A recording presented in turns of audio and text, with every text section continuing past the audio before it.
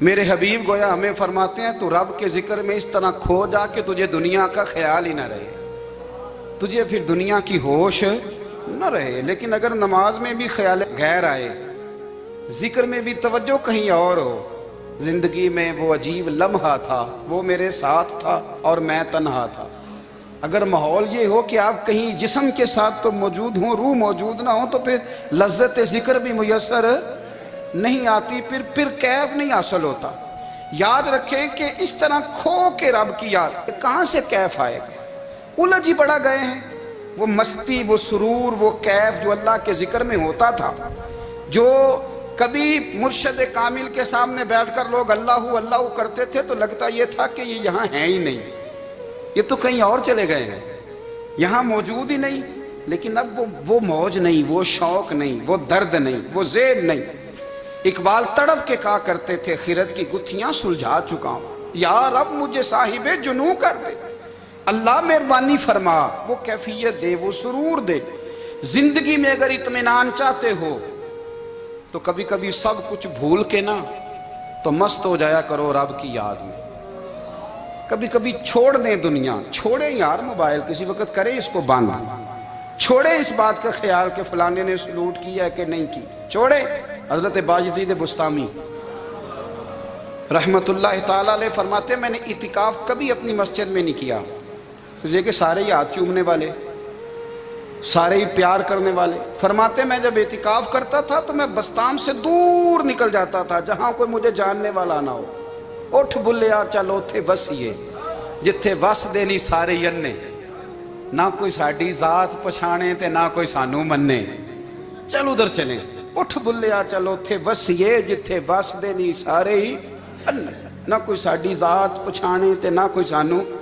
اتنا شوق ہے سلوٹ کرانے کا، اتنا شوق ہے تعارف کرانے کا، اتنا شوق ہے اپنا بتانے کا، تو یہ چیز غلبہ کر جاتی ہے، پھر نام رہ جاتا ہے، روح نہیں رہتی، پھر وجود رہ جاتا ہے، پھر باطن کی کیفیت نہیں رہتی۔ خدا را اپنے آپ کو بے چین نہ کرو، بے قرار نہ کرو، بے سکون نہ کرو، رب کی یاد میں آ جاؤ، درود و سلام میں آ جاؤ، نعت کے حسن میں آؤ، تلاوت کی دنیا میں آؤ، سجدوں کے نور میں آؤ۔ آؤ کبھی کھول کے دل مسجد کی صفائیاں کرے، آؤ نہ کبھی کوئی بوڑھا، دادی نانی دادا، ان کے پاس بیٹھ کے پیر دبا کے اللہ کو راضی کرے۔ یہ کیف والی جگہ ہیں، یہ سرور والی جگہ۔ اتنی بے چین ہماری زندگی ہے، بے قرار ہے، تڑپتے ہوئے لوگ، لڑتے ہوئے لوگ، ایسے لگتا ہے ابھی ایک دوسرے کا گریبان تھام لیں گے، بے قرار، بے چین۔ کسی کو انتظار کا کہا جانا کہ 10-20 منٹ کسی کا انتظار کرو، تو بعض لوگ مجھے ایسے لگتا ہے جیسے ان کا کلیجہ پھٹ جائے گا، ڈاکٹر کے انتظار میں بیٹھے ہیں تو بڑے پریشان ہیں۔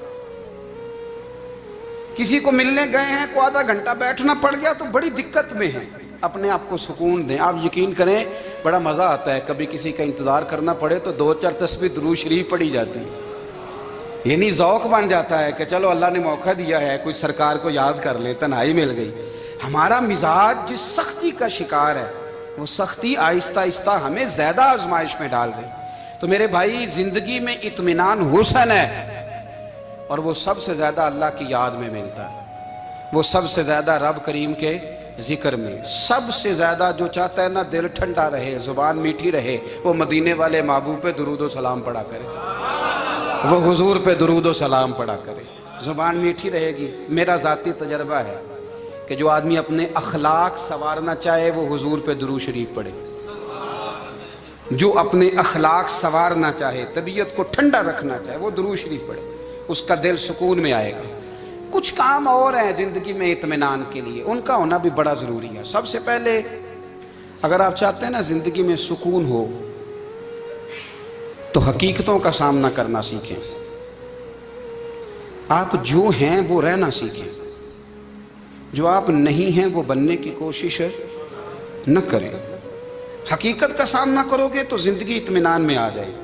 ہم نے نا بہانے بنا لیے ہیں، ہیلے بنا لیے، جھوٹ کے سہارے اپنے آپ کو اونچا کر لیا۔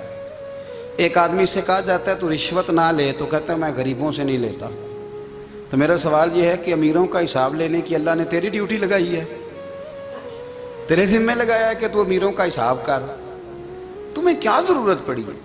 ہم نہ بہانہ کرتے ہیں، رشوت لینے والے کا الگ بہانہ ہے اور سفارش والے کا الگ بہانہ ہے۔ حقیقت کا سامنا کریں، حقیقت کا۔ جو میرے ذمہ داریاں ہیں وہ میں نے پوری کرنی، جو آپ کی ذمہ داریاں ہیں وہ آپ جان نہ چھڑائیں، حقیقت پسند بنیں۔ میرے رسول کریم، پھر پڑھیے درود شریف صلی اللہ تعالی علیہ وسلم۔ حضور صلی اللہ علیہ وسلم نے فرمایا کہ میری بیٹی سیدہ فاطمہ الزہرا رضی اللہ تعالی عنہا صرف جنتی نہیں، جنتی عورتوں کی سردار ہے۔ لیکن حضور نے یہ بھی فرمایا کہ فاطمہ یہ خیال رکھنا، اگر اللہ نے حساب پوچھا تو حساب تم نے خود دینا ہے۔ حقیقت کی طرف توجہ کرائی حضور نے، وہ صرف جنتی نہیں، جنتی عورتوں کی سردار ہیں، پر حقیقت کی جانب توجہ۔ میں حقیقت یہ ہے کہ اگر مالک نے حساب پوچھا تو اس کی تیاری بھی کرنی ہے۔ دیکھیں نا، ہمیں کچھ یقین نہیں، اللہ معاف کرے کہ ہمارا حساب کیسا ہوگا، لیکن کتنے آزاد ہیں۔ یعنی بڑی دلیری سے بندے کہتے ہیں فجر نہیں پڑھتا جی، 3 پڑھتا ہوں جی، عشاء رہ جاتی ہے جی، کپڑے صاف، بڑی دلیری سے۔ اور سیدہ فاطمہ الزہرا نے ساری رات مصلی آباد رکھا ہے، حالانکہ انہیں یقین تھا کہ رب مجھے بغیر حساب کتاب جنت دے گا۔ حقیقت کا سامنا کریں، جو حقوق آپ کے ہیں وہ آپ نے ادا کرنے ہیں، جو ذمہ داریاں ہیں وہ ذمہ داریاں ہیں۔ دیکھیں نا، حضرت موسیٰ کلیم اللہ علیہ السلام کے پاس اسرائیل روح نکالنے آئے تو حضرت موسیٰ نے تھپڑ مارا، آنکھ نکال دی، واپس گئے۔ اللہ انہوں نے تو جلال فرمایا ہے، کہا موسیٰ علیہ السلام سے کہیے بیل کی پشت پر ہاتھ رکھیں، جتنے بال ان کے دستے مبارک کے نیچے آئیں گے اتنے 1000 سال ان کی عمر بڑھا دی جائے گی۔ یعنی میرے کان میں کوئی بتا دے کہ جناب 60 سال بڑھ گئی، کیا آپ کے کان میں کوئی کہہ دے تو خوشی ہوتی ہے کہ نہیں؟ لیکن یہ حقیقت پسندی نہیں، اس لیے کہ 60 بھی گزر جائیں گے، 70 بھی، یہ حقیقت نہیں۔ حضرت موسیٰ کلیم، چلے میں مثال دیتا ہوں، سمجھ لے 10 بال، حالانکہ بہت زیادہ آتے ہوں گے، 10 بال اگر حضرت موسیٰ کے ہاتھ کے نیچے آئے تو 10,000 سال تو عمر بڑھ گئی نا۔ 10 یعنی 10 سال نہیں، 10 100 نہیں، 10 بہت زیادہ تھی نا۔ حضرت موسیٰ کلیم اللہ علیہ السلام سے آ کے عرض کیا گیا، حضور بیل کی پشت پر ہاتھ رکھیں، جتنے آپ کے ہاتھ کے نیچے بال آئیں گے اتنے 1000 سال عمر بڑھ جائے گی۔ تو حضرت موسیٰ نے حقیقت پسندی والی بات کی، فرمایا پھر کیا ہوگا؟ 10,000 سال کے بعد پھر کیا ہوگا؟ کہا حضور جانا تو پھر بھی ہے، فرمایا پھر ابھی چلتے ہیں۔ اگر جانا ہے نا، جانا ہے تو پھر، اگر جانا ہے تو پھر ابھی۔ اور سجنوں، اگر نماز پڑھنی ہے تو ابھی کیوں نہیں؟ اگر داڑھی رکھنی ہے تو پھر رمضان کا انتظار کیوں کریں، ابھی کیوں نہیں؟ اگر سچ بولنا ہے تو پھر، اگر رزق حلال کھانا ہے تو پھر انتظار کا ہے گا۔ حقیقت ہوتی ہے، بہانہ ہوتا ہے، حقیقت چھپ نہیں سکتی بناوٹ کے اصولوں سے، کیونکہ خوشبو آ نہیں سکتی کبھی کاغذ کے پھولوں سے۔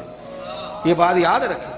اگر جانا ہے تو حضرت کلیم فرمانے لگے پھر 10,000 سال کے بعد بھی جانا ہے تو آج بھی۔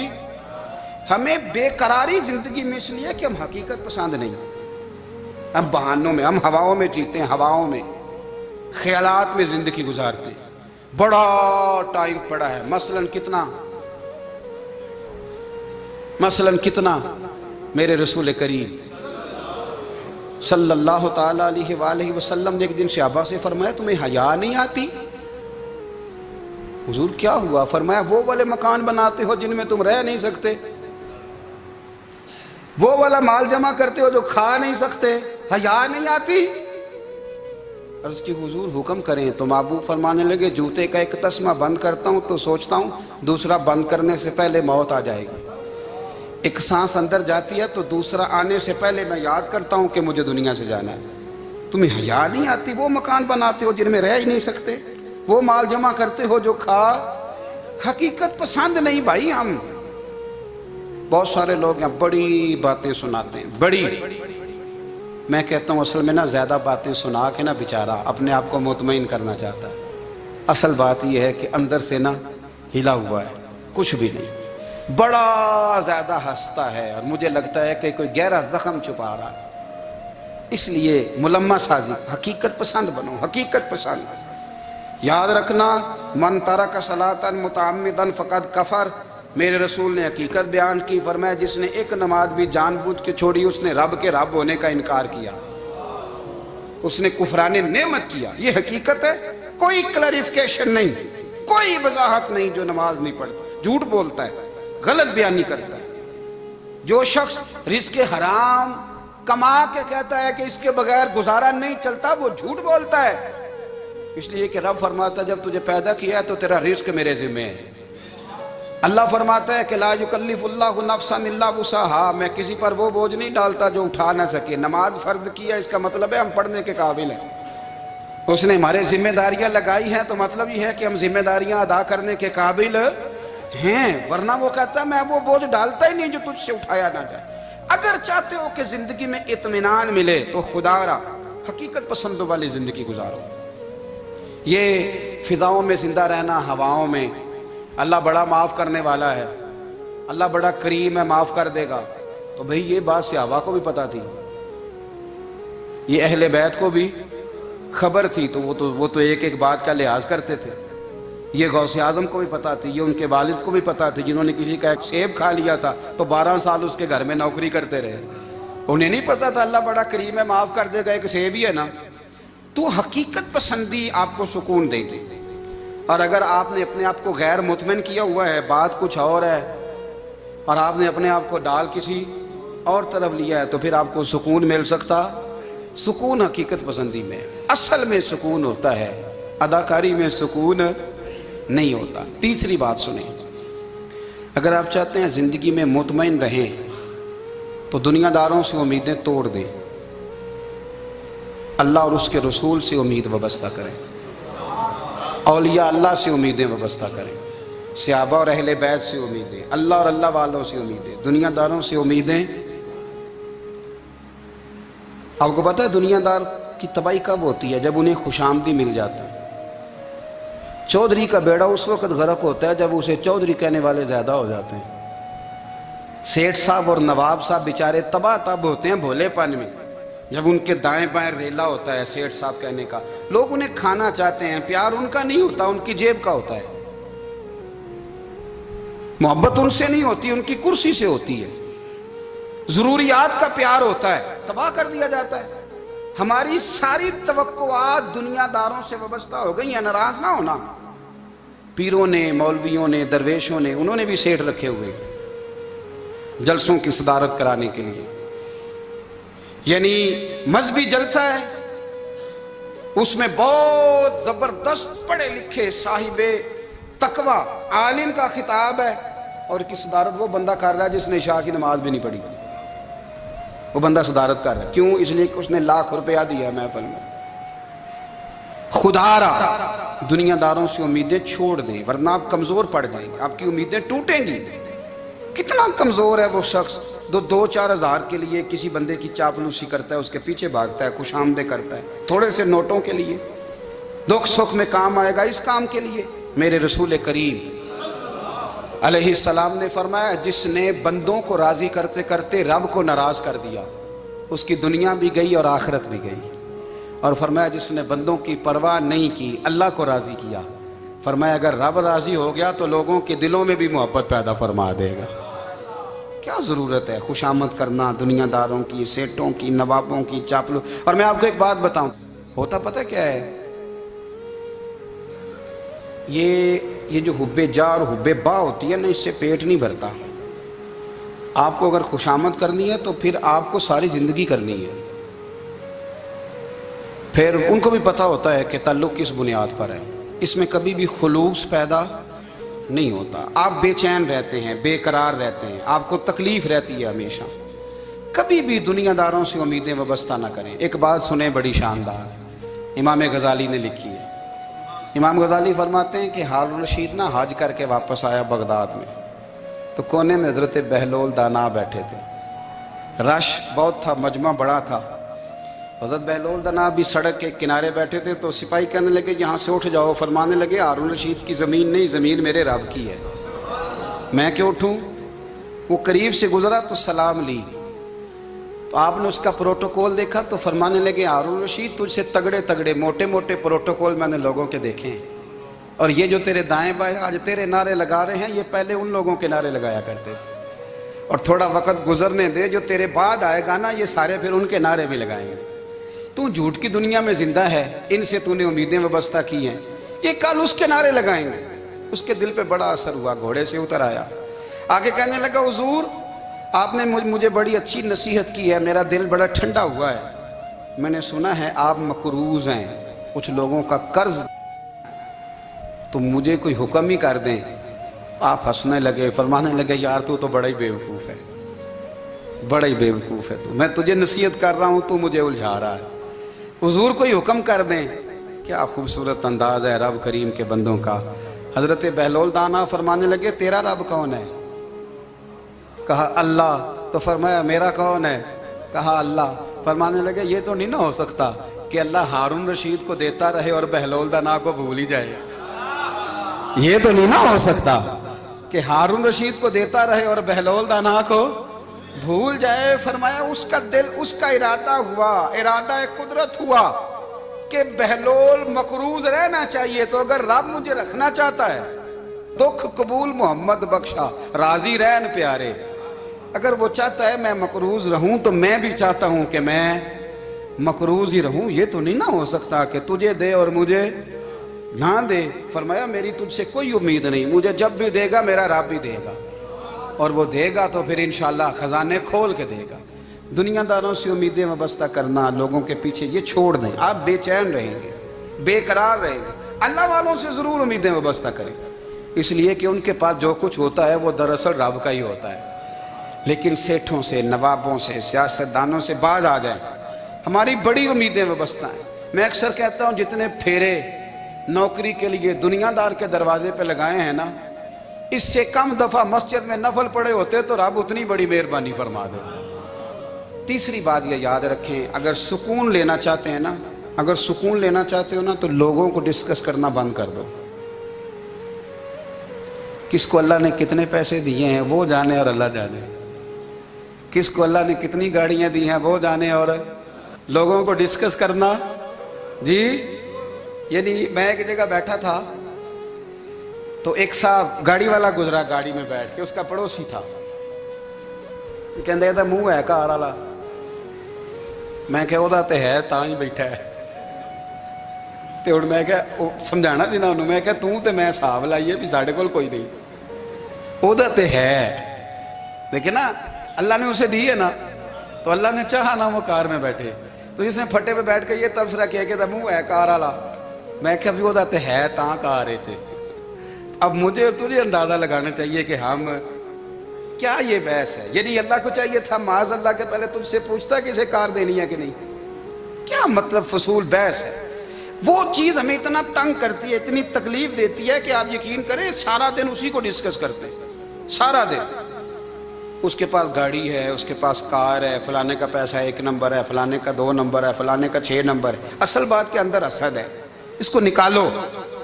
ایک بات کہنے لگا ہوں، اسے یاد رکھنا، میرے اعلیٰ حضرت رحمۃ اللہ علیہ فرمایا کرتے، حسد کرنے والا بندوں پر اعتراض نہیں کرتا، اللہ پر اعتراض کرتا۔ وہ کہتا ہے اللہ اسے کیوں دیا ہے، اتنا کیوں دیا ہے، معاذ اللہ وہ اللہ کی تقسیم پر اعتراض کرتا ہے۔ حسد کرتے ہو بے چین رہو گے، حسد آپ کے دل کو تڑپا کے رکھ دے گا، چھوڑے۔ اللہ بڑا کریم ہے، جس کو جہاں چاہتا ہے وہاں بٹھا دیتا ہے۔ آپ قطعاً اس بحث میں نہ پڑیں کہ اللہ نے کس کو کتنا دیا ہے، کب دیا ہے، کیوں دیا ہے، وہ بڑا بے نیاز ہے۔ حسد آپ کو تباہ کرے گا۔ دنیا میں پہلا گناہ جو ہوا تھا وہ حسد تھا۔ ابلیس نے حضرت آدم سے حسد کیا، کہنے لگا میں بہتر ہوں، سرداری اس کو مل رہی ہے، یہ تو اللہ کو پتہ ہے نا کس کو دینی ہے۔ اور دنیا میں پہلا قتل حسد کی وجہ سے ہوا، حابیل قابیل کے درمیان حسد کا معاملہ تھا، خاتون کا نکاح اس سے کیوں ہو رہا ہے، مجھ سے ہونا چاہیے۔ حسد تباہی کرتا۔ آپ یقین کریں، یعنی دکاندار کے سامنے دوسری دکان پڑتی ہے اور پریشان ہو جاتا ہے، وہ کہتا ہے میرا کیا بنے گا، لا حول ولا قوت الا باللہ العلی العظیم، یعنی تیرا کیا خیال ہے کہ تیرے حصے کی روٹی وہ کھا جائے گا، اتنا چھوٹا دل، یعنی تیرا موقف یہ ہے کہ تیرے حصے کا نصیب اس تک چلا جائے گا، یہ تیری خواہش ہے۔ ایک دوسرے کی کمزوریاں بیان کرنا، اس کا تو مال ہی ناقص ہے جی، اس کے تو پاس ہی کچھ نہیں، یہ تو کمزور لوگوں کا طریقہ ہے۔ میرے رسول کریم علیہ الصلاۃ والسلام گزر رہے تھے، پت جھڑ کا موسم تھا، خزاں کا موسم تھا، درختوں کے پتے جھڑ رہے تھے، صحابہ کو ساتھ لے کے حضور گزرے اور ایک درخت کی ٹہنی کو پکڑ کے حضور نے ہلایا۔ صحابہ فرماتے ہیں کہ چھم چھم اس کے پتے گرے، زمین پر ڈھیر لگ گیا۔ حضور نے فرمایا دیکھا تم نے کیا ہوا؟ حضور ہاں۔ فرمایا کتنی تیزی سے پتے جھڑے ہیں، صرف تنا رہ گیا ہے اور خالی ٹہنیاں رہ گئی ہیں، کوئی حسن بچا ہے؟ حضور نہیں۔ تو نبی کریم فرمانے لگے جو حسد کرتا ہے نا اس کی نیکیاں بھی اسی طرح جھڑ جاتی ہیں، اسی طرح۔ اور ایک جگہ حضور فرمانے لگے جس طرح راکھ لکڑی کو آگ کھا جاتی ہے، جس طرح لکڑی کو آگ، جب آگ کھا جائے تو پھر لکڑی کو لکڑی نہیں کہا جاتا، راکھ کہا جاتا ہے، کوئلہ کہا جاتا ہے، اس کی اصل باقی یعنی اسے کھائی جاتی ہے۔ تو حضور علیہ الصلاۃ والسلام فرمانے لگے جس طرح آگ لکڑی کو کھا جاتی ہے، فرمایا اسی طرح حسد نیکیوں کو کھا جاتا ہے، نیکیاں رہتی نہیں۔ حسد کرنے والے کے پاس نیکیاں یعنی ان کی اصل شکل موجود، کبھی بھی حسد نہیں کریں۔ اللہ کی تقسیم ہے، جس کو چاہے جب چاہے جتنا چاہے عطا کرے۔ اور چوتھی بات میرے بھائی، کبھی بھی بغض نہ پیدا کریں۔ بغض والے لوگ بے سکون رہتے ہیں۔ بہت ساری کمزوریاں ہمارے اندر ہوتی ہیں نا، پھر اللہ ہماری روزی تو نہیں نہ بند فرماتا، یہ تو نہیں کہتا کہ زمین سے نکل جاؤ۔ اگر یہی والا معاملہ ہو جو ہمارا ہے کہ شادی پہ اس نے میرے ساتھ برا سلوک کیا تھا، اب ساری زندگی بغض رکھنا ہے، اگر یہی معاملہ فرشتے اللہ کی بارگاہ میں کہیں کہ یا اللہ اس نے فلانے دن شراب پی تھی، اب اس کو زمین میں نہیں رہنے دینا، نظام زندگی چلے گا؟ تو اگر اللہ ہمیں معاف کرتا ہے تو ہم بندوں کو معاف کیوں نہیں کرتے؟ آپ یقین کریں اتنی لمبی عداوتیں، اتنا لمبا حسد، اتنا لمبا بغض، اتنا لمبا۔ حدیث میں نے پڑھی، میں حیران رہ گیا۔ میرے نبی کریم علیہ الصلاۃ والسلام نے فرمایا اپنی بیوی سے کبھی بغض نہ رکھنا، اگر اس کی ایک بات ناپسند ہو تو اسے چھوڑ کے وہ بات دیکھو جو تمہیں پسند ہے۔ میں اس حدیث کو پڑھ کے سوچنے لگا کہ کیا بیوی کا بھی بغض رکھتے ہیں لوگ؟ اب حضور نے کہا ہے تو اس کا مطلب ہے لوگ بیوی کا بغض بھی رکھتے ہیں۔ اب اس پر استدلال کر کے مجھے کہنا پڑے گا کہ سسرال والوں کا بغض بھی رکھتے ہیں، کہنا پڑے گا کہ بھائی کے سسرال والوں سے بھی بغض رکھتے۔ اس حدیث کی روشنی میں سمجھا کہ لوگ بھابھی کا بغض بھی بغض رکھتے ہیں، بغض، ورنہ عادتیں تو ہماری بھی کئی بری ہوتی ہیں۔ اگر عادات ایک وجہ بنے اختلاف کی تو عادتیں تو ہماری بھی کئی بری ہیں، لیکن ہم اپنی بری عادتوں سمیت اپنے آپ سے پیار کرتے ہیں، اور سامنے والے کی ایک بھی عادت بری ہو تو اس سے بغض رکھتے ہیں۔ بغض نہ پیدا کریں۔ میرے نبی پاک علیہ الصلاۃ والسلام نے فرمایا کچھ چیزیں تمہارے دین کو مونڈ ڈالیں گی، تباہ کر دیں گی، کاٹ دیں گی۔ حضور کون سی؟ فرمایا حسد، تکبر اور بغض، یہ تمہارے دین کو تباہ کر دیں۔ ہم بے چین اس لیے ہیں کہ ہم نے بہت سارے لوگوں کا بغض پالا ہوا ہے، اور ہر فیلڈ میں سیاستدان نے سیاستدان کا، ذاتیات پر اتر کے بات کرتے ہیں، معزز ترین لوگ، تاجر نے تاجر کا، اللہ ماشاءاللہ بعض جگہ پہ اہل علم بھی ایک دوسرے سے عداوت رکھتے ہیں۔ خدا را دل رب کریم کے آنے کا ٹھکانہ ہے، یہ صاف ہوگا تو اس میں رب رسول کے جلوے ہوں گے، اگر اس میں عداوت ہو، اس میں بغض ہو، اس میں کینہ ہو، نفاق ہو۔ سنیں میرے رسول کریم حضرت ابو بکر صدیق رضی اللہ تعالیٰ عنہ کہتے ہیں میں رو ہی پڑا۔ مکہ فتح ہوا نا تو اکرمہ بن ابو جہل نے پیغام بھیجا کہ میں نا کلمہ پڑھنے کے لیے آ رہا ہوں۔ بات لمبی ہے، میں موضوع پہ رہنا چاہتا ہوں۔ کہتے ہیں جب وہ آنے لگا نا تو نبی پاک نے ہم سب کو بلایا، ہم حاضر خدمت ہوئے تو حضور فرمانے لگے کہ اس کے باپ نے نا بڑا ظلم کیا ہے ہمارے ساتھ، ابو جہل نے بڑا ستایا ہے، بڑی تکلیف دی ہے۔ آپ مجھے بتلائیں کہ وہ ایک دفعہ کسی شادی پہ بحث ہوتی ہے بیوی کے بھائی کے ساتھ، پھر ساری زندگی اس بیچارے کو معافی، وہ 10 دفعہ گھر آتا ہے معافی مانگنے پر سوال ہی نہیں پیدا ہوتا، میں او ہو مجھے ہی کہہ دیا، یعنی پھر مجھے ہی کہہ دیا آپ نے، اور میری شان میں بے ادبی، اور پھر میں معاف کر دوں؟ توبہ توبہ توبہ، یہ کیسے ہو سکتا ہے؟ میری ناک نیچی ہو جائے گی، اور آپ نے مجھے کہہ دیا، سوال ہی نہیں پیدا ہوتا۔ اور یہ رونا میں اکثر ہوتا ہوں کہ شادی والے دن داماد صاحب کا زیادہ دماغ خراب ہوتا ہے. جب چھوٹی سالی کی شادی ہوتی ہے نا، اس دن اس کو بخار چڑھتا ہے، کوئی اس کو کان میں کہتا ہے تیری عزت نہیں کر دے. اس دن اس کا دماغ خراب ہو جاتا ہے، بچے اٹھا کے نکل آتا ہے. وہ بیچارہ سسر منتیں کر رہا ہوتا ہے کہ تیری مہربانی آ جا، یہ عزت کرا رہا ہے. تو میں نے کہا احتجاج کر کے جو عزت کرائی جاتی ہے وہ عزت نہیں ہوتی. ہاں یہاں مانگ کے عزت لیتے ہیں لوگ، یا احتجاج کی کوئی عزت ہے؟ آپ کے اندر کمالات اتنے ہوں کہ آپ کی عزت کرنے کو دل چاہے، یعنی مزہ آئے، یعنی لطف آئے، یعنی آپ دور بیٹھے ہوں تو کسی کا دل کرے آپ کو اسٹیج پہ بلانے کے لیے. یہ کیا بات ہوئی کہ چھائے جانا اور بھاگ کے آگے جانا؟ ان سے نکلیں. اکرمہ بن ابو جہل کلمہ پڑھنے کے ارادے سے آ رہے ہیں. حضور علیہ السلام نے صحابہ کو بلایا. کتنی زیادہ عداوت رکھی جا سکتی تھی معاذ اللہ. کب سے وہ چلا تھا ظلم کرنے، اور اس کے بعد اس کا بیٹا شروع ہو گیا. کتنی باتیں تھیں جو ناقابل معافی تھیں، پر کریم رسول نے ہمیں بتلایا ہے کہ سکون والی زندگی کہتے کس کو ہے. جب سب لوگ جمع ہو گئے تو حضور نے فرمایا بھئی وہ کلمہ پڑھنے آ رہا ہے، اس کے باپ نے ظلم بڑے کیے ہیں، پر میری نصیحت یہ ہے کہ اس کے سامنے اس کے باپ کو کوئی برا نہ کہے. خبردار کوئی اس کے سامنے کوئی بات نہ کرے. اب وہ کلمہ پڑھنے آ رہا ہے، مطیع ہو کے آ رہا ہے، بان کے آ رہا ہے. کہتے ہیں اللہ کے رسول نے نا کافی دیر تک خطبہ دیا، بریفنگ دی، بات سمجھائی. جناب صدیق اکبر کہتے ہیں میں رو پڑا. ایک صحابی مجھے کہنے لگے تمہیں کیا ہوا؟ تو میں نے کہا میں مصطفیٰ کی رحمت پہ رو رہا ہوں. دیکھو کن کے لیے حضور گراؤنڈ بنا رہے ہیں، اے دیکھو کن کے لیے حضور تیاری کر رہے ہیں، جنہوں نے ساری زندگی دشمنی کی. خدا را یہ اندر سے عداوتیں نکال پھینکو. او بھائی اتنا تو لمبا ٹائم ہی کوئی نہیں، اتنا تو وقت ہی کوئی نہیں، اس کو صاف رکھو. بندہ کوئی کر بھی گیا تو کوئی حرج نہیں. چنگی مندی سجنا کھولو 100 واری ہو جاندی، یار یاراں دا گلا نہیں کر دے.